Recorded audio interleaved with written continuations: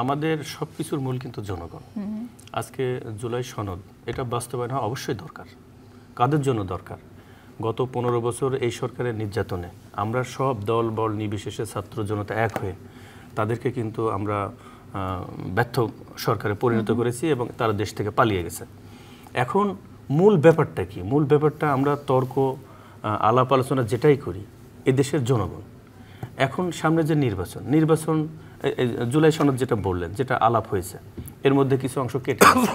এখন যদি পুরাটাও থাকে বা কিছু নাও থাকে, সামনে যে নির্বাচন, এই নির্বাচনে যারা ক্ষমতায় আসবে, আওয়ামী লীগ তো আর নির্বাচনে অংশগ্রহণ করতেছে না, বিএনপি বা এখানে কিন্তু আরেকটা কথা এসেছে ক্ষমতাচ্যুত প্রধানমন্ত্রীর সাক্ষাৎকারে, যে আওয়ামী লীগ যদি নির্বাচনে অংশগ্রহণ না করে তাহলে যে বিপুল সংখ্যক ভোটার আছে তারা নির্বাচনকে বয়কট করবে, সেটাকে বিএনপি কিভাবে দেখছে? আমি সেটাই আসছি।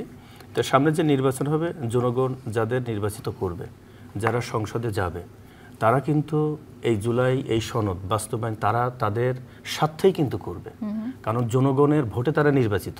তাদেরও জুলাই সনদের উপর যে হ্যাঁ না ভোটটা নেওয়া হবে, ধরেন সেখানে অনেক মানুষ অংশগ্রহণ করলো না বা অধিকাংশ মানুষ অংশগ্রহণ করলো না, তখন ভোট দেওয়া হলো না, তাহলে সেটার গ্রহণযোগ্যতা হারাবে। তাহলে কি জুলাই সনদ মুছে গেল? জুলাই যুদ্ধ মুছে গেল?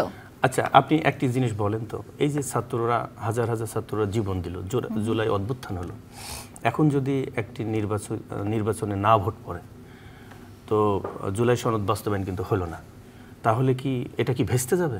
এটাই আমাদের প্রশ্ন এবং এটা ভেস্তে যেতে পারে না। এখন আমি মনে করি নির্বাচনের আগে অবশ্যই জুলাই সনদের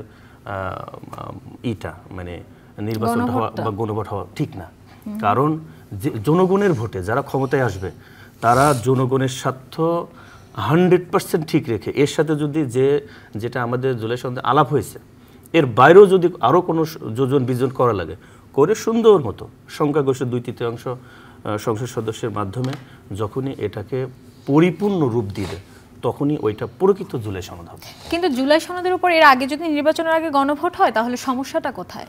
সমস্যাটা আমি বললাম একটা আশঙ্কা থেকেই যায়, কারণ এই বাংলাদেশ নিয়ে কিন্তু বিভিন্ন সময় চক্রান্ত হয়েছে। এমনও হতে পারে নার সংখ্যা বেড়ে যেতে পারে, এমনও হতে পারে এই জুলাই সনদের ভোটকে কেন্দ্র করে দেশে একটি অন্যরকম পরিস্থিতি তৈরি হতে পারে। আমার মনে হয় আমরা খুব ভালো একটা অবস্থানে নাই। আমার বিশ্বাস এখন আমাদের একটি কাজ, কিভাবে নির্বাচনটা সাকসেসফুল করা যায়। তাহলে তো নির্বাচন হলেও সেই আশঙ্কা সৃষ্টি হতে পারে, নির্বাচনও সুষ্ঠু না হতে পারে। না, বাংলাদেশের মানুষ এখন বুঝতে পেরেছে অনেক নির্যাতিত হয়েছে। বাংলাদেশের মানুষ এখন ডিসিশন নিতে আর ভুল করবে না, এটা আমরা বিশ্বাস করি।